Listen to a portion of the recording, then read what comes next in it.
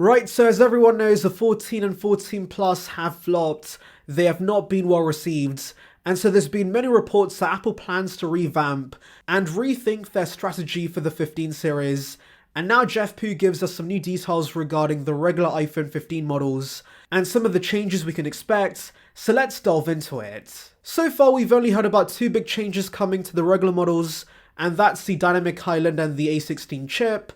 But now Jeff Pu tells us we could also see camera upgrades, specifically the same main lens from the iPhone 14 and 15 Pro series, come down to the regular models. Now I believe we heard about this from a not so reliable Chinese source, but yes, Jeff Pu now joins in and tells us we could see the 48 megapixel main sensor with the regular 15 models, and that could be a big change. Now yes, I know with the 14 Pro series, this upgrade wasn't actually as major as we were expecting because in terms of real life usage, this performed very similar to the iPhone 13 series, and so yes, many of us were disappointed, and really you only saw a difference when of course using Pro-RAW footage. And so you may be wondering, why do I say this is a big change when of course the regular models don't have Pro-RAW support? Well, do remember this will be Apple's second time using the sensor, so of course I'm sure they've done optimizations and they've further improved the experience, better utilizing the hardware. Also remember that Apple's likely going to debut a new version of Smart HDR with these iPhones,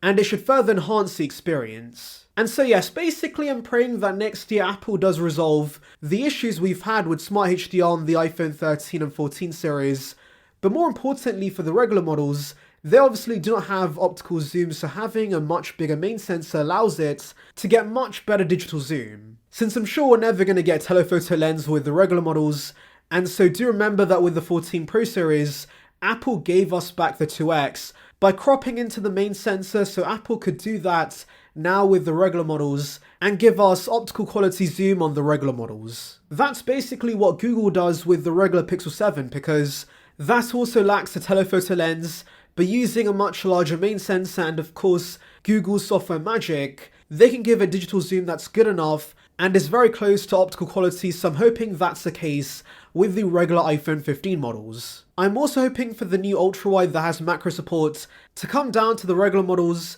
and then yes, I'll be very happy with the camera upgrades. And for those wondering, hey, will these upgrades cannibalize the Pro models? Well, that's not going to be the case in my opinion because remember the Ultra is going to have a periscope zoom lens, and also the Pros in general should get a Thunderbolt port, a faster chip, titanium, a new design, and so yeah, there's plenty of new features that could differentiate the regular and Pro models. I just feel it's time we go back to the iPhone 11 days where both the regular and Pro models have the same main lens. Since yes, we do need some feature parity between these devices, and one of the big issues with the 14 series was the lack of new features and it being a completely different device compared to the iPhone 14 Pros. However, the biggest change I want to see with the regular models is of course a much lower price. That was by far the biggest issue with the regular models, especially the Plus that's way too close in price to the Pro models, and so I'm praying the 15 and 15 Plus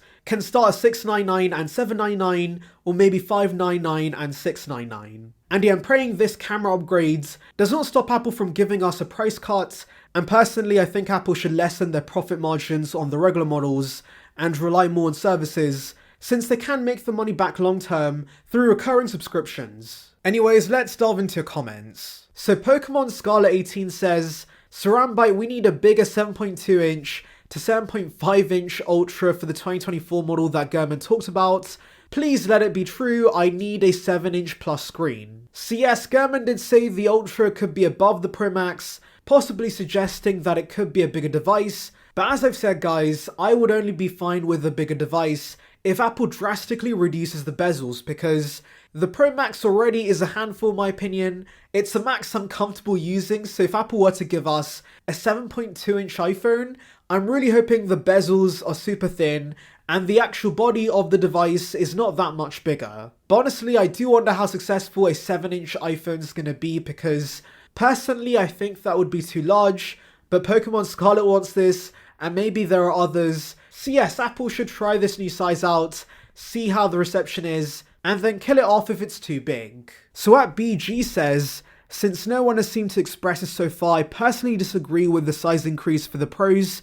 For me, it's already on the brink of being comfortable to use with one hand and portability while still having the Pro features. If you want the bigger screen, you might as well get the Pro Max/Ultra, which yeah, they could probably go nuts on, because either way, they're already too big for me. I'd personally go with an iPad for content consumption anyways, while the phone's supposed to be about ease of use on the go. So fair enough, I understand that. I know many who like the size of the 6.1-inch Pro and think it's perfect, and so I can understand why you want no size increase. However, I do think if the regular Pro does see a size increase, it's going to be a very small increase, and I'm sure it's not going to make a massive difference. Since I'm sure that Apple's done the market research, and they know that hey, this portion of the user base loves this size, do not drastically change it. And so yeah, the size increase should be minimal, much like of course we saw this year with the 14 Pro series. They got ever so slightly taller, but of course it did not make a massive difference. So James says, I can see the haptic buttons coming exclusively to the Ultra to make it more waterproof. And yeah, that could be the case. That is going to be the big positive with these haptic buttons. And so the additional water resistance being a big selling point for the Ultra could make sense. So Dan says, I don't use a case for my phone. The stainless steel on my Pro Max is pretty solid. All I do is polish up to get rid of the scratches. Titanium should be even better, so I'm not too worried about haptic buttons being covered by a case. So fair enough, but do remember there is a very, very, very small portion of consumers that are brave enough like yourself to go caseless, and so I'm sure if haptic buttons don't work well with the case, they either give it cutouts or they scrap the feature. But I do agree that durability wise, titanium is going to be a lot better, because obviously with stainless steel it does scratch pretty easily, and yes, I know you can polish a silver Pros because they have no PVD coating, but that's not the case for the other colours. And so yeah, titanium should be a lot more scratch resistant with its matte finish. So Timmy says, I am still waiting for the iPhone 17 and I'm sure it's going to have a crazy feature. Now it's interesting you're planning your upgrades out that early, because I wouldn't plan out that hey, I'm going to buy the iPhone 18, then the iPhone 21, because we don't know what those iPhones are going to have. So yeah, just upgrade when you need to. Till then, keep using the iPhone you have, and don't worry about future iPhones. Anyways, that's about it guys, but tell me your thoughts regarding this in the comments. Anyways, thank you for watching guys, make sure to like and subscribe for the latest Apple news and rumours, and on that note, I'll see you guys in the next one.